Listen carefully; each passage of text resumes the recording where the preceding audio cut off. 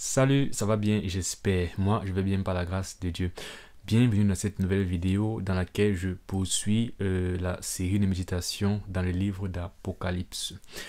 Aujourd'hui, on va lire le chapitre 8 et étant donné que ça fait un bout de temps que j'ai posté la dernière, le chapitre 7, je vais faire un petit récap et d'autant plus que le chapitre 8, c'est une autre phase carrément des événements de la fin qu'on commence. Donc, je voudrais faire un petit récap de ce qui a déjà été vu chronologiquement jusqu'à ce chapitre. Pour ça, on va aller dans le chapitre qui est... on va aller dans le livre ou bien la référence qui est notre fil conducteur, c'est Matthieu 24. Pourquoi? Parce que Jésus raconte les événements de la fin des temps à ses disciples. Et si on veut garder une sorte de chronologie, c'est bien de lire Matthieu 24. Et puis on peut couper la lecture avec Apocalypse et combler du coup les vides.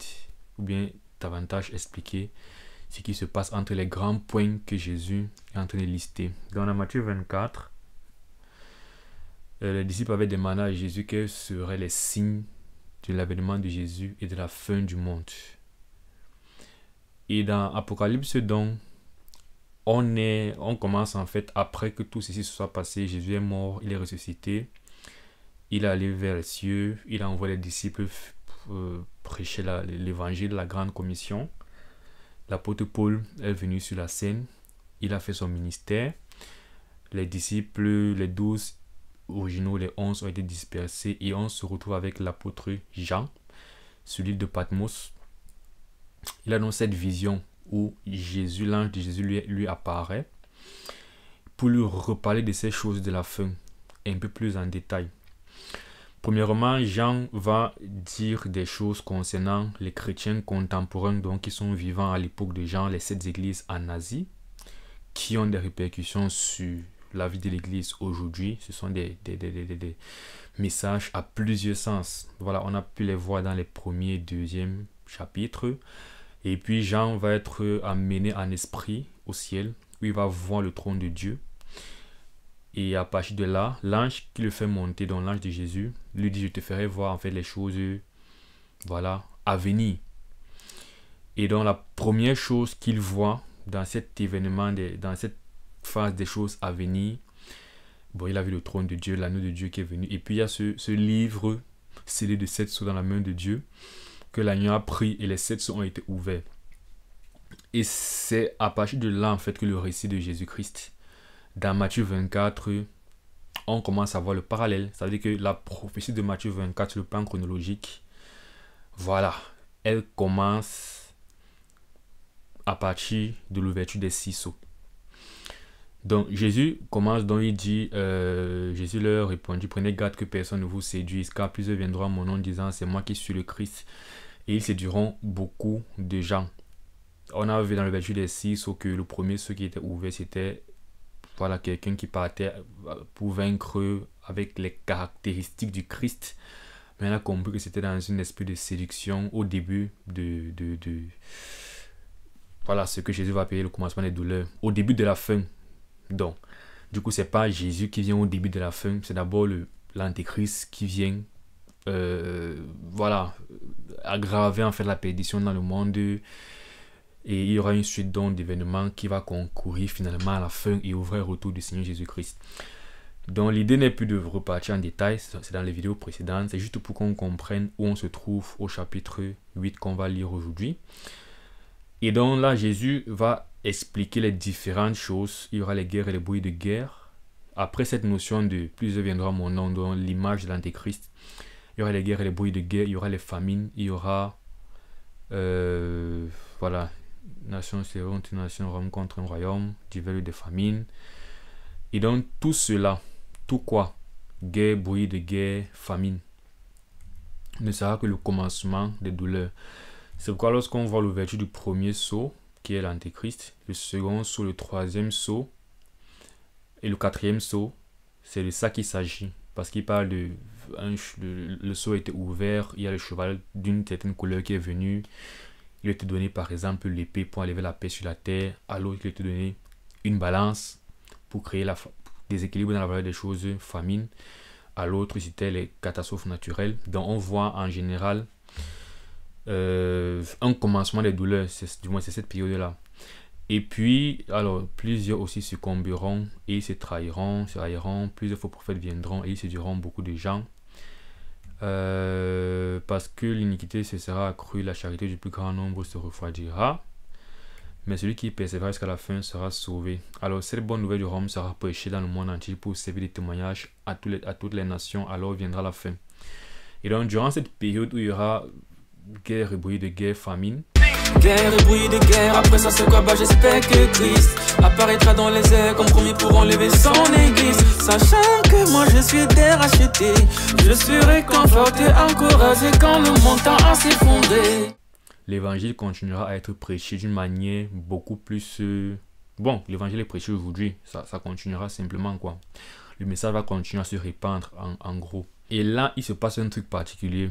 Verset 15, c'est pourquoi lorsque vous verrez l'abomination de la désolation dont a parlé le prophète Daniel établi en lieu saint, que celui qui lise fasse attention. Alors, que ceux qui seront en Judée fuient dans les montagnes, que celui qui sera sur le temps ne descende pas pour prendre ce qui est dans sa maison.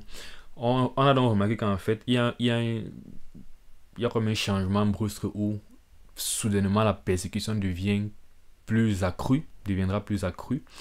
Et ça correspond au chapitre 5, à l'ouverture du 5e sceau, où on voit les martyrs derrière le trône de Dieu qui commencent à prier à Dieu et qui dit jusqu'à quand est-ce que tu vas tarder pour appliquer ta justice et venger notre sang.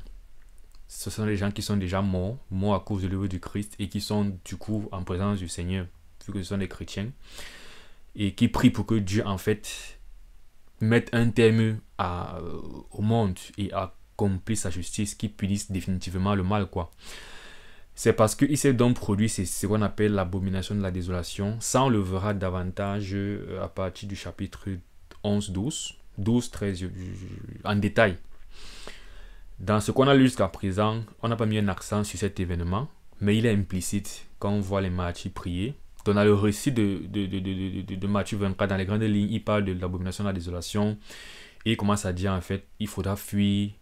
Je reviens pas sur le fait que la prophétie de Matthieu 24 a plusieurs degrés d'accomplissement. J'ai expliqué tout ça de long en large dans les vidéos précédentes. Il y a l'accomplissement littéral qui a eu lieu après la mort de Jésus-Christ. J'ai développé ça, je pense, dans la vidéo précédente où je suis passé.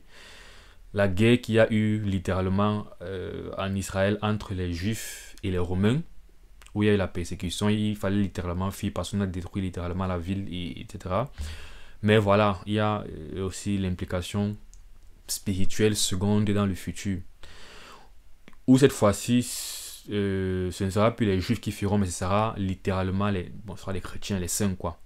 Pourquoi? Parce que l'antéchrist sera là, il sera fâché, et il va... Parce qu'au début du commencement des douleurs, comme on ouvre le premier sceau, en fait, l'antéchrist est simplement parti en vainqueur pour vaincre. Et c'est lorsqu'il va se présenter de manière manifeste comme l'antéchrist, avec, une fois de plus, on verra au chapitre 13, la notion de la marque de la bête, que la persécution sera orientée vers les chrétiens spécifiquement. Parce que jusque-là, voilà, la persécution elle est un peu générale. Ce n'est même plus une persécution, c'est seulement une période de souffrance où il y a les famines, il y a les guerres, tout le monde entier est affecté en fait. C'est pas orienté. Mais après l'abomination de la désolation, la souffrance sera orientée vers les chrétiens. Et donc c'est pourquoi il faut que les chrétiens fuient. Ce sera vraiment la période, c'est ça qu'on appelle maintenant la grande tribulation, qui fait suite au commencement des douleurs. Donc du coup, l'ouverture du premier sceau jusqu'au 4e sceau, on a le commencement des douleurs. Le 5e sceau, la grande tribulation, elle est implicite. Et ce qui se passe après la grande tribulation, donc malheur aux femmes qui seront enceintes et à celles qui allaiteront ce jour-là, priez pour que votre fille n'arrive pas en hiver. Voilà. Alors, et puis il dit, et si ces jours n'étaient abrégés, personne ne serait sauvé, mais à cause des élus, ces jours seront abrégés. Dans cette période de grande tribulation qui fait suite au commencement des douleurs, devra être abrégée. Il faudra qu'elle soit abrégée et elle sera abrégée. Alors, si elle n'était pas abrégée, personne ne serait sauvé, dans le sens que ici il parle de la chair, pas du salut en termes de vie éternelle, mais il parle du fait que personne ne serait, aucun chrétien ne serait encore vivant. On parle du salut de la chair ici, quand Jésus reviendrait. Donc du coup, Jésus va rapidement revenir pour écouter cette période de la grande tribulation. Si quelqu'un vous dit alors le Christ est ici ou il est là, ne le croyez pas. Car il se lèvera de faux Christ et de faux prophètes, ils feront de grands prodiges. Et donc pendant cette période de grande tribulation, les chrétiens ont lu Apocalypse. Les chrétiens, nous savons que Jésus revient. Donc, plus les choses, il y a beaucoup d'éléments dans la Bible qui nous ont déjà montré que quand ceci commencera à arriver, attendez voir ce que Jésus revienne. Mais c'est la mise en garde est de se dire, ne sautez pas sur le premier Jésus qui va se présenter à ce moment-là. Et c'est encore ici le plan de l'Antéchrist. Parce que, voilà, beaucoup de choses sont intriquées ici. Dans ce même contexte, en fait, il y aura celui qui s'appelle l'Antéchrist. C'est vraiment ceux qui ont la vérité, qui verront que ce n'est pas en fait Jésus. Et qui verront, et qui seront du coup persécutés parce qu'ils seront contre lui et contre le système qu'il aura établi. Tandis que le reste du monde sera simplement séduit, quoi. Donc voilà, ici, quand il dit, ici la vérité c'est disciples, mais c'est seuls les vrais chrétiens qui lisent ceci aujourd'hui, qui auront le discernement, la sagesse au moment venu et qui ne seront pas séduits. Tout le reste sera séduit. Il se dira, le Messie est déjà là, etc. Et donc, si donc on vous dit il est dans le désert, n'y allez pas, il est dans les chambres, n'y croyez pas. Donc par exemple, voilà, et ce sont des choses qui ont déjà commencé à être prêchées à l'époque actuelle, où il y a des gens qui disent par exemple que l'enlèvement a eu lieu en secret. C'est faux. Jésus est revenu en secret. Il y a parfois dans les milieux chrétiens ou dans les... Bon, chrétiens, maintenant, un mot tellement vague. Voilà, il y a des courants de pensée qui se revendiquent chrétiens qui ont eu à prêcher ce genre de choses, que Jésus était déjà revenu. Je pense qu'il y a eu un truc comme ça concernant les témoins de Jéhovah. Et je ne maîtrise pas, mais voilà, je sais que dans ces religions parallèles au christianisme qui se revendiquent chrétiens, là, il y a déjà eu ce type de message. Et puis aussi de manière voilà, singulière, comme ça, j'ai déjà entendu des histoires de ce genre, des prédicateurs qui se sont levés et ont dit, voilà, Jésus était revenu dans tel endroit caché et tout.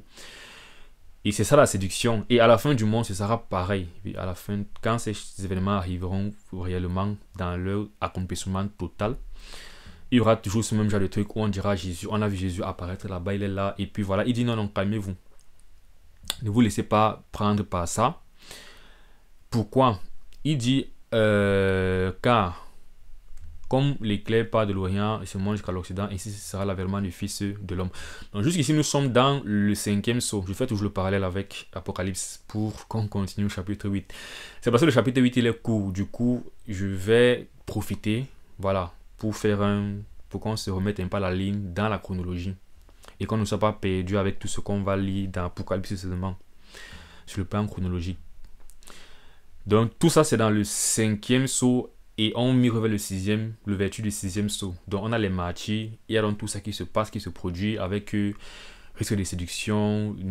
Attendez que Jésus vienne, il va écouter la grande tribulation, mais cependant, ne croyez pas à tout ce qu'on va raconter.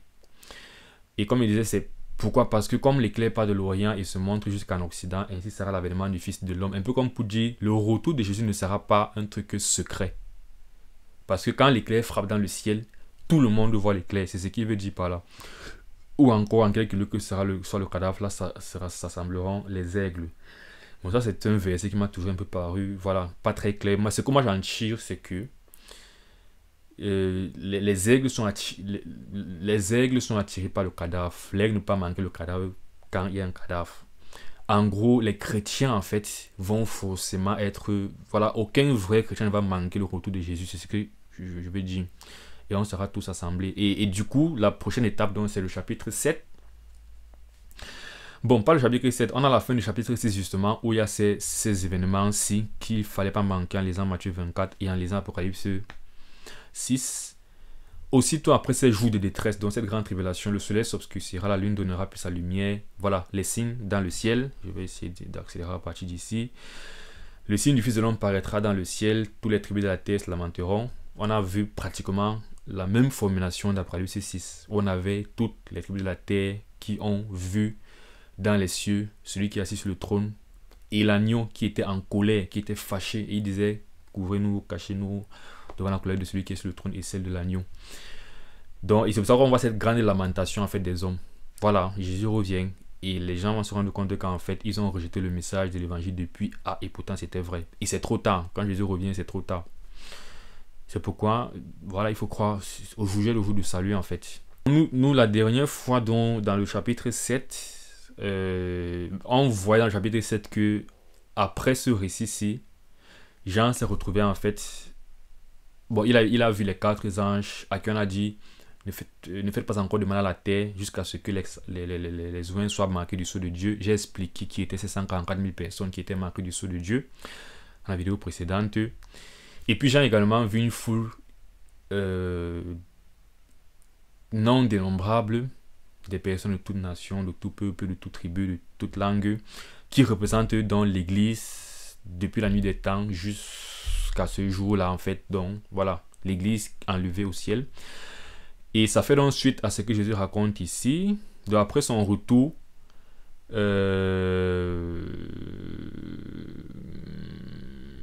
voilà, verset 31.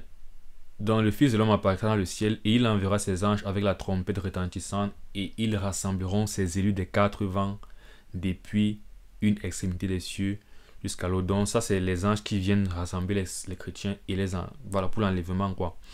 Ça c'est implicite quand tu lis le chapitre 6 et le chapitre 7 parce qu'il y a eu l'ouverture du 6e sceau, il y a les signes dans le ciel. Au chapitre 7 on a une foule au ciel devant le trône de Dieu. Et puis Jésus dit plusieurs choses, mais sur le plan chronologique toujours, juste pour qu'on comprenne vraiment que c'est l'enlèvement qui a eu lieu là, qui vient de raconter. Toujours pour répondre à la question posée par les disciples au départ, parce qu'il ne faut pas oublier ça quand tu commences Matthieu 24, la question qui est posée et la raison pour laquelle Jésus raconte Matthieu 24, c'est qu'il y a une question: quels seront les signes de ton avènement et de la fin du monde? Et donc ce sont ces signes que Jésus leur a donc donné. Et puis, pour enchérir, Jésus donc leur dit, pour ce qui est du jour et de l'heure de quoi, par rapport à la question qu'on lui a posée, son avènement.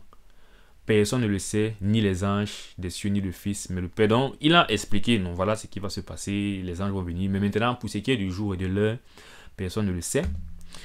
Mais ce qui est sûr, c'est que ce qui arriva du temps de Noé arrivera de même à l'avènement du Fils de l'homme. Et c'est le mot avènement, donc il parle ça de son retour. Maintenant, j'insiste sur cette partie parce que le désaccord au niveau des compréhensions de la fin des temps porte sur cet événement-ci de Matthieu 24. Parce que certains disent que ça ne concerne pas l'enlèvement de l'église. Et du coup, ça va impliquer une compréhension de l'enlèvement, de la chronologie de l'enlèvement et même du livre d'Apocalypse. Moi, je dis que ça concerne l'enlèvement parce que c'est ce qui est cohérent quand tu lis le texte en fait. On a posé une question sur son avènement, sur son retour à lui.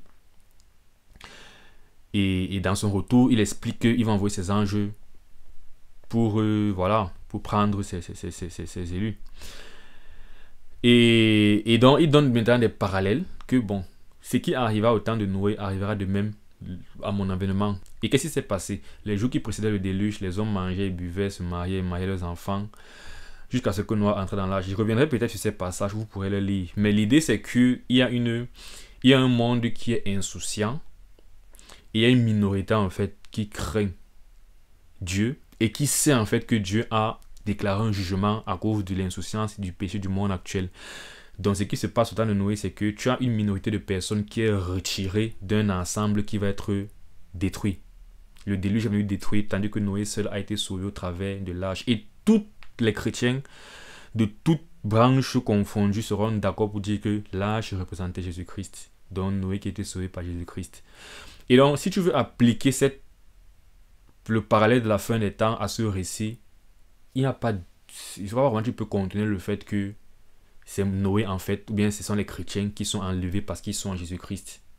De même que ça s'est produit...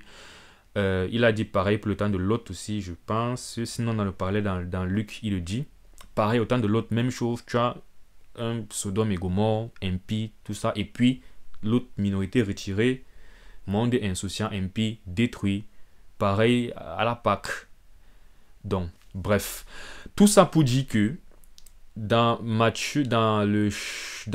Apocalypse 7, du coup, on a fini. Bon, on va voir sur quoi on a fini. Ok, c'est la louange, c'est l'adoration. Bon, d'où sont-ils venus? Jean demande d'où sont-ils venus. Il a dit ce sont ceux qui viennent de la grande tribulation, comme il disait. Ils étaient dans la grande tribulation qui a été écourtée par le retour de Jésus-Christ. Ils ont été enlevés, donc ils viennent de la grande tribulation. Alors, voilà, et puis il y a quelques paroles. Bon, ok, du coup, chapitre 8. Donc, c'était donc après le 6e sceau qui est les signes dans le ciel et tout ce que je viens de dire. Jésus apparaît, l'église enlevée, tout ça. Et là, 7e sceau. On continue. Donc, quand il ouvrit le 7e sceau, il y eut dans le ciel un silence d'environ une demi-heure. Rien ne m'amène à penser que c'est symbolique. Donc, je vais dire jusqu'à preuve du contraire, c'est littéral. C'est-à-dire que 30 minutes se sont écoulées. Il y a eu 30 minutes de silence dans le ciel après l'enlèvement. Et je vis les 7 anges qui se tiennent devant Dieu. Et 7 trompettes leur furent données. Donc oui, là, Jean était donc au ciel. Voilà, 30 minutes de silence. Et puis, il voit maintenant ce qui se passe au ciel.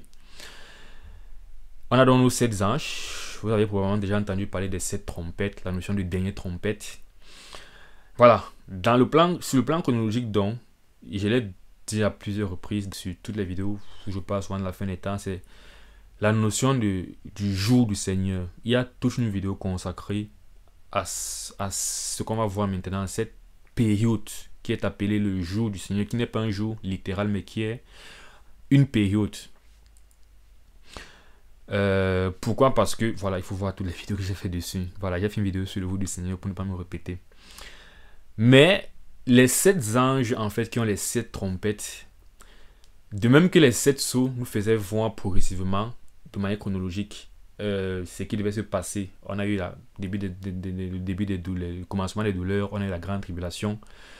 Après, dans la grande tribulation, autre erreur que justement les gens font souvent, les gens appellent souvent grande tribulation le châtiment de Dieu sur le monde des impies. C'est pas ça la grande. Comme on a vu dans Matthieu 24, on a dit après cette période de détresse. Ça veut dire que ce qui se passe après l'enlèvement ce n'est pas la grande tribulation est finie. C'est après ça que Jésus est apparu.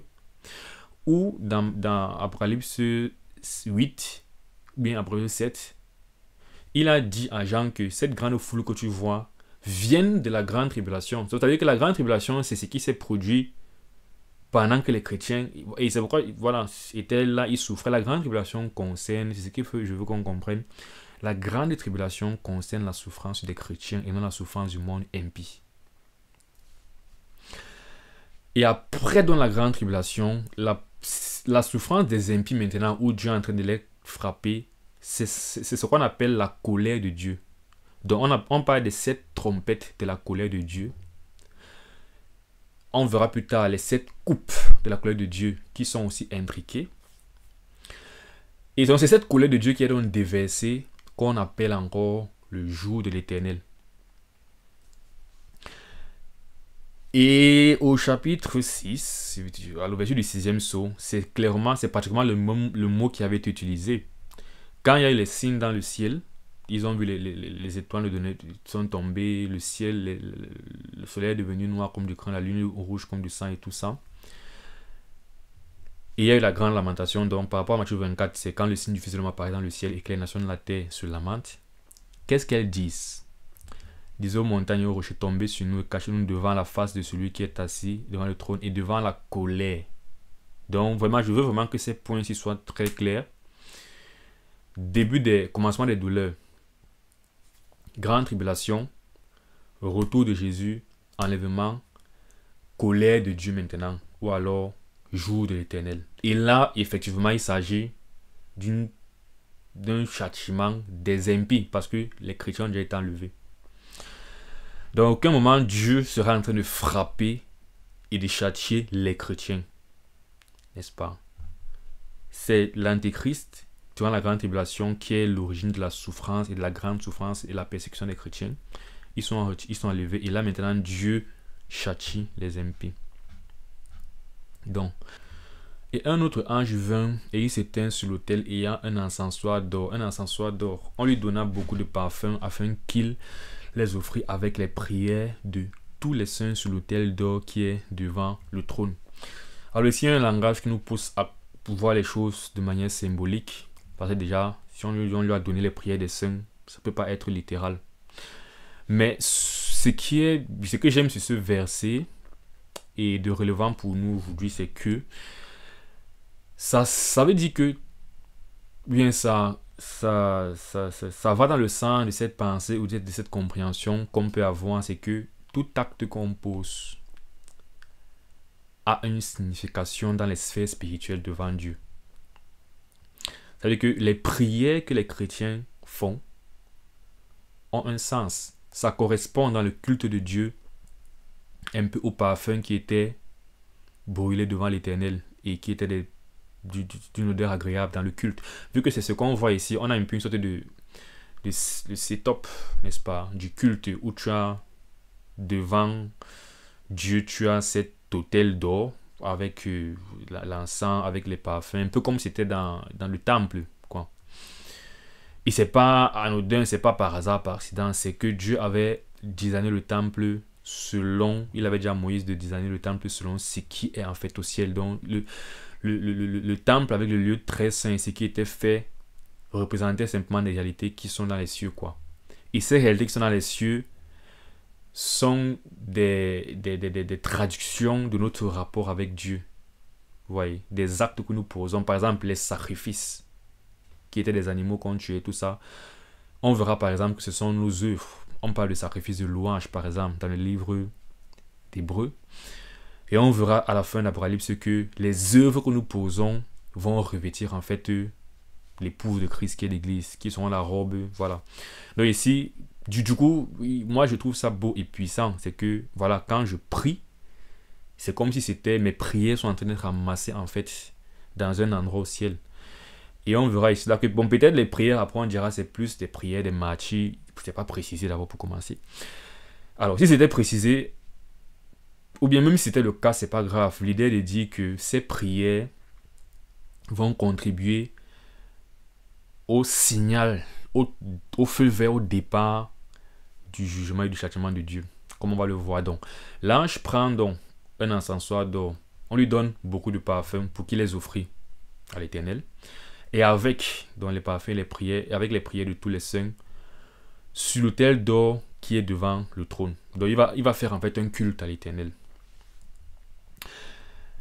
Mais ce culte, c'est dans un contexte où il faut que le jugement commence sur terre.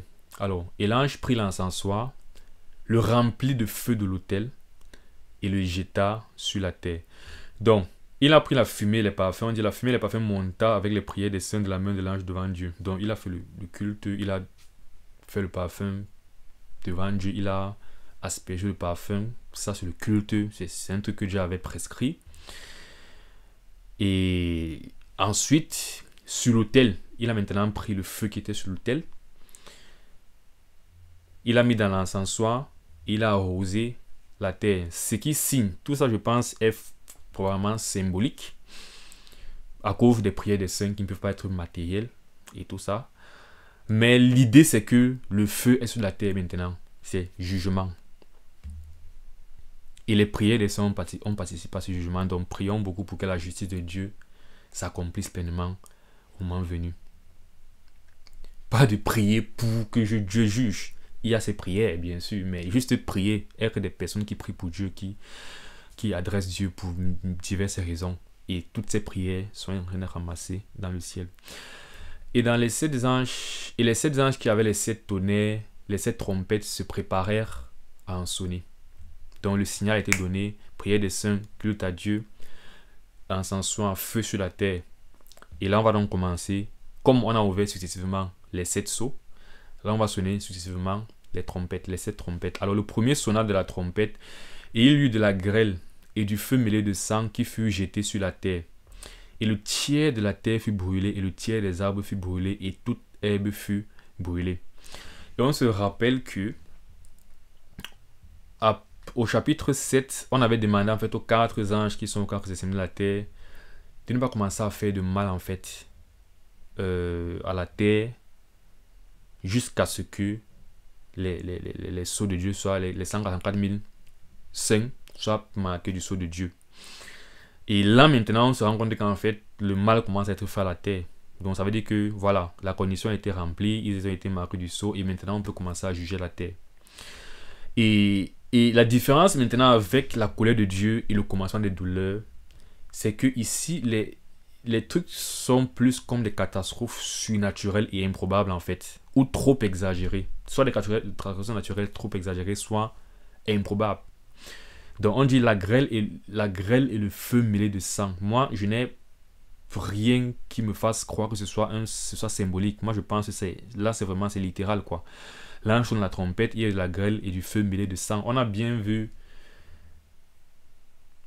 Ah, j'ai oublié dans les fléaux que dont l'Égypte était frappée. Je pense, voilà, par exemple, la mer était transformée en sang, par exemple. Parce que souvent, le problème aussi qu'on a souvent, c'est que quand la Bible devient trop surnaturelle, on commence à se dire, on veut interpréter de manière rationnelle ou bien de manière normale et naturelle. C'est pourquoi les miracles mettent souvent certains chrétiens mal à l'aise. Quand ça devient trop surnaturel, on veut réinterpréter les choses et faire que ça reste, voilà, pas trop fou. Mais moi, je pense que c'est en ça qu'on doit comprendre qu'en fait, Dieu est réel. Sa colère et son jugement sont réels. Et l'enfer, c'est pas la blague. Et là, nous ne sommes même pas encore à l'enfer. Mais voilà, si un lac de feu existe, il faut bien comprendre que ces catastrophes surnaturelles doivent exister et elles vont arriver avant même que le lac de feu n'arrive. Donc là, pour l'instant, on a la vengeance, la colère de Dieu sur la terre. Et en passant, souvent on dit enfer et on met dans enfer. C'est pourquoi j'ai déjà une vidéo que la fin du monde, en fait, c'est une très vaste chose, n'est-ce pas? Parce que parfois, l'idée de la fin du monde qu'on a, c'est le feu, l'enfer. Non. Il y aura beaucoup de choses avant d'arriver à l'enfer. Donc, le tiers de la terre fut brûlé. Après, on peut toujours essayer de donner un sens, mais bon, pour moi, ça reste juste ça n'empêche pas que ça peut être au-delà de ce qu'on peut essayer de donner. Parce que le cerveau humain va vouloir essayer de rationaliser ce qu'on lit et expliquer. On peut le faire, mais voilà. Par exemple, la grêle mêlée de feu et de sang. Bon, moi, j'ai pas deux explications. Le tiers de la terre fut brûlé. Le tiers des arbres fut brûlé. Tout est fut brûlé. Quelqu'un pourrait dire réchauffement climatique empiré, par exemple. Et il y a les feux de brousse qui grandissent de partout. C'est une façon de voir les choses. Si on veut donner un sens naturel, une explication rationnelle des choses, quoi. Le second ange sonna de la trompette et quelque chose comme une grande montagne embrasée par le feu fut jetée dans la mer et le tiers de la mer devint du sang. Parce que j'allais dire par exemple ici, ok, là on peut voir les comètes, n'est-ce pas? Montagne, c'est comme des grosses roches, percent l'atmosphère, descendent à vive allure, s'enflamment, explosent dans la mer. Mais le fait que le tiers de la mer devient du sang,